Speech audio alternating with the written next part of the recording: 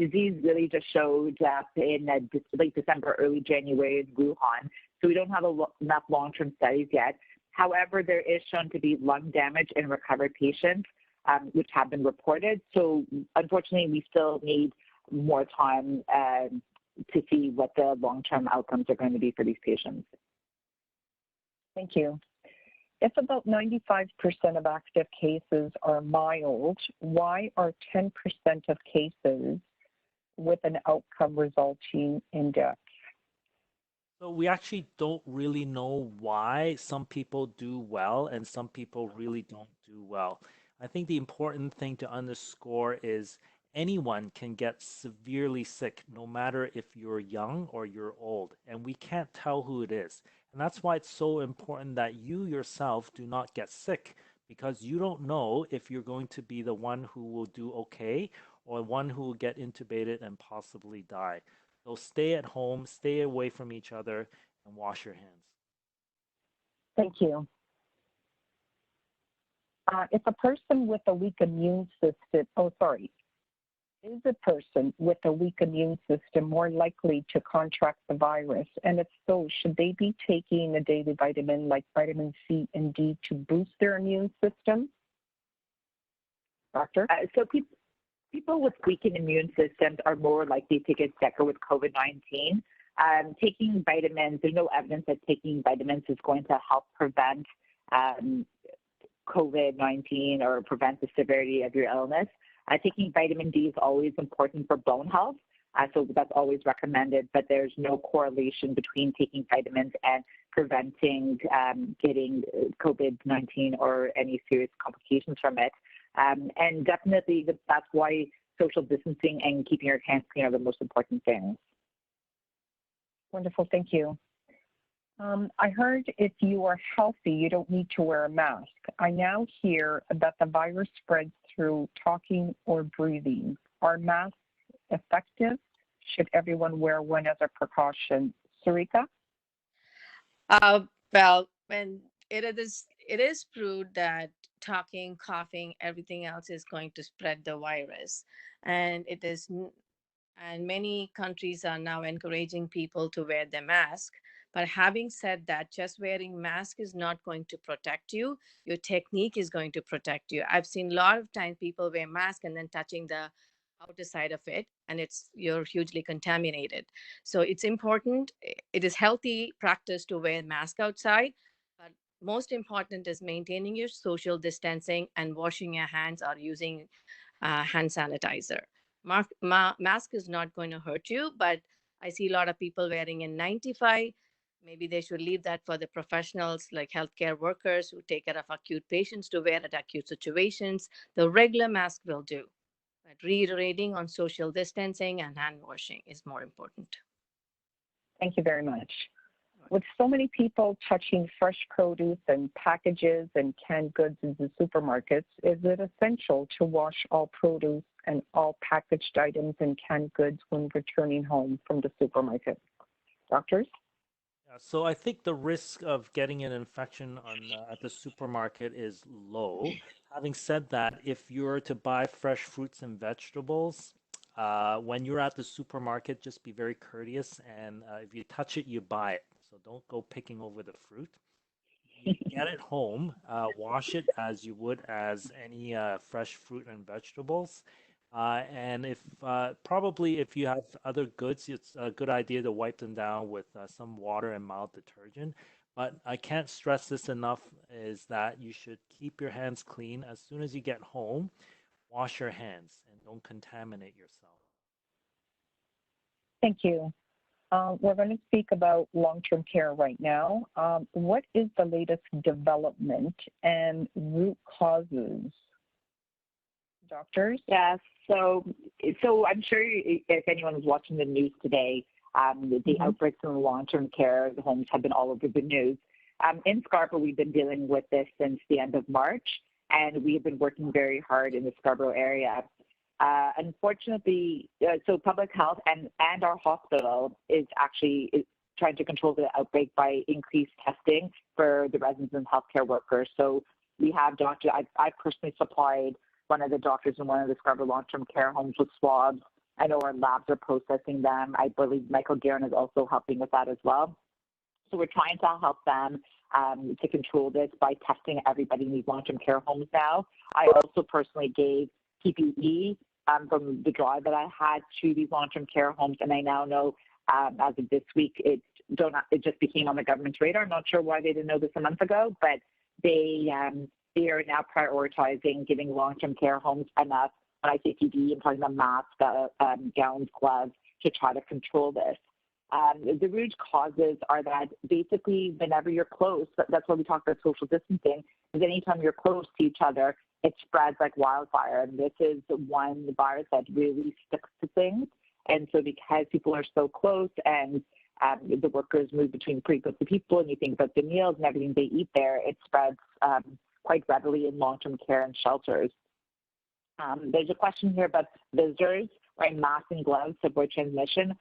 I think visitors are being currently severely restricted. I'm not sure if anyone is allowed in, perhaps for compassionate reasons, but I think they're probably at the point where they're not allowed in. I just want to add one more point. I'd like the residents of Scarborough to know we're very fortunate that our hospital has been working very hard since March to try to provide in long-term care hospital care for all of the residents so that they don't have to be transferred to the hospital if not necessary. All of the most treatments, so for infections, fevers, etc., can now be done at the long-term care home. So we have the ability to have virtual visits with a physician, so either an emergency doctor or a specialist. And if there's concern with a resident of a long-term care home, the nurse will facilitate what we call a virtual visit. And the physician will then order the exact same things that they can order in the emergency department. And a nurse practitioner will be deployed to the home. So for example, if the patient needs IV fluids, blood work, antibiotics, that can be all done at the comfort of the long-term care home.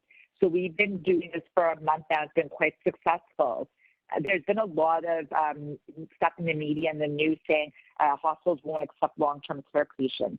That's not true. However, for anything that can be treated in the long-term care, it is very important that they stay there, because once they come to a hospital, the transfer systems will not take them back, and then they will end up stuck in the hospital. And my concern is that they could catch something worse in the hospital. And also, so it's very important to know that your loved ones are going to be treated with the same exceptional care that they will get in the hospital, the exact same. Now, of course, if there's a fall or something that we're worried about, a broken bone, then obviously they'll have to come to hospital to treat that, as that can be treated there. So I hope that clarifies things. And if you have any questions about that, please feel free to reach out to one of your representatives, either MPP Babikian or Jim Karygiannis, and they can reach out to me and I can help answer those questions. Thank you very much.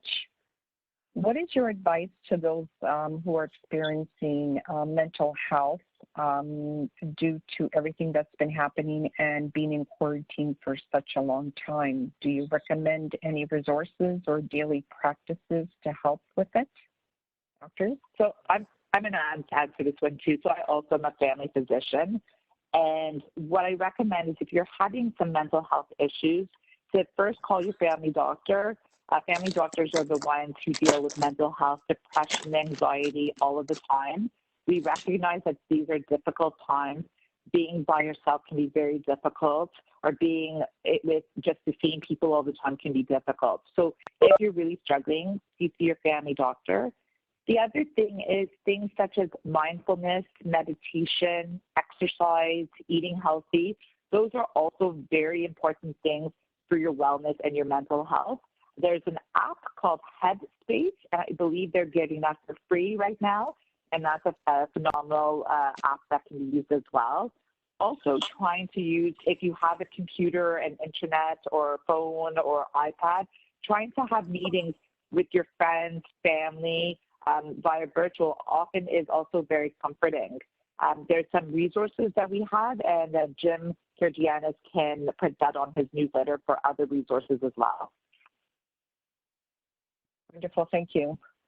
What is your response to those who are breaking physical distancing rules and are saying that this pandemic or outbreak is fake news? Jim, did you want to reply that with something to do with by law enforcement? Go ahead, Jimmy.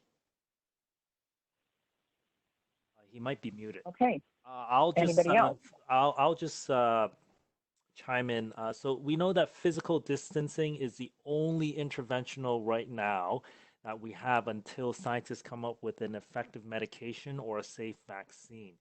So as a society, each and every one of us needs to do our part to save everyone's lives. So we have a responsibility to society to help control this virus.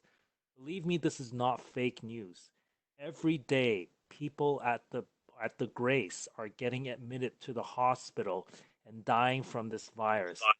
All of us have had patients die from this virus. We can only get through this if everyone helps out with social distancing. This is our only way out of this. I can tell you there are no miracle vaccines or medications that is going to appear in the near future. So this is our only chance of stopping this from spreading uncontrollably. Thank you. Jimmy probably has something to do with law enforcement. And if you break the law, I believe the current fine is $750 if you have a gathering of more than 5 people, or if you break the law and go into a park and go on a swing, or use the facilities where they're cordoned off, you can be arrested and fined. Good. Perfect. Thank you. Okay. Will testing in Toronto be expanded or will it be expanded in Ontario? I understand Premier Ford was hoping to expand testing to 16,000 swabs a day. Doctor?